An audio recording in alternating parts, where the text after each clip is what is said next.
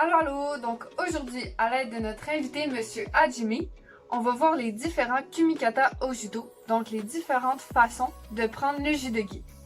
Avant de commencer, c'est important de savoir qu'au judo, on prend le judogi à l'aide des manches et à l'aide du revers principalement. D'abord, le kumikata classique, comme on appelle, consiste à prendre d'une main le revers et de l'autre la manche au niveau du coude. Donc ça ici c'est le kumikata classique qu'on peut prendre à droite et à gauche. Donc à droite ça va être main droite au revers, main gauche au coude. Tandis que du côté gauche, donc kumikata classique à gauche, ça va être main gauche au revers et main droite au coude.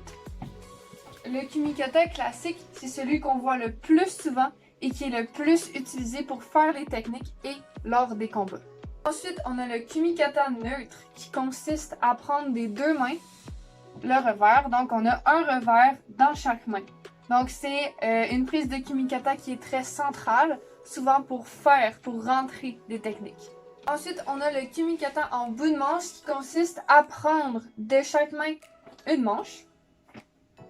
Donc, voilà. Donc, on tient les deux manches avec les mains et on ne tient pas du tout le revers. Donc, ça, souvent, ça va être utilisé pour déplacer, puis quand même un peu utilisé pour rentrer des techniques dont Moreté sur les mains.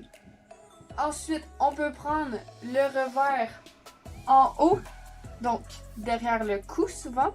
Ensuite, au milieu ou en bas, selon la technique qu'on veut faire. C'est la même chose pour la prise de la manche. Donc, on peut prendre plus haut, au coude ou en bout de manche. Souvent, ça va être au coude, c'est ce qui permet d'avoir le plus de contrôle. Ensuite, comment qu'on tient le judogi, donc le tissu, ça va dépendre en fait des personnes. Il y en a qui vont prendre, mettons ici, à 3 doigts, donc juste comme ça ici. Il y en a qui vont mettre les 4 doigts, il y en a qui vont mettre le pouce à l'intérieur, il y en a qui vont le laisser ici devant ou même lever.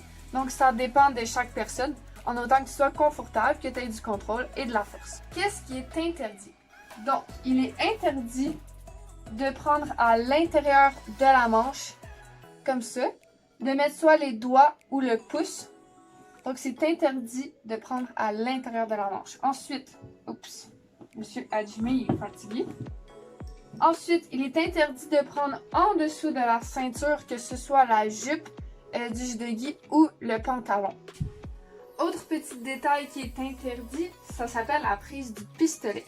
Donc, c'est le fait de prendre ici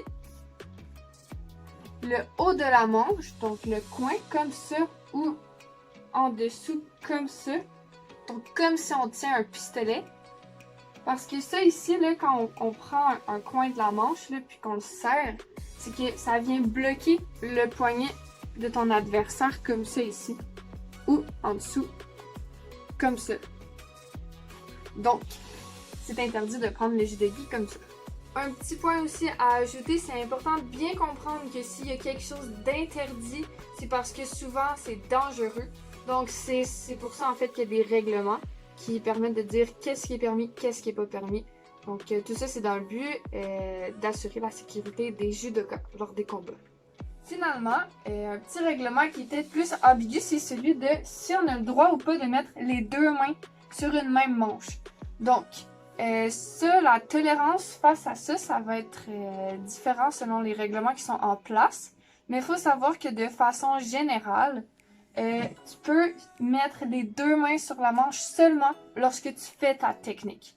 Donc, tu n'as pas le droit ici de prendre la manche, de te promener, puis finalement de faire ta technique, c'est trop long. Donc, de façon générale, il faut mettre les deux mains sur la manche seulement quand tu rentres la technique.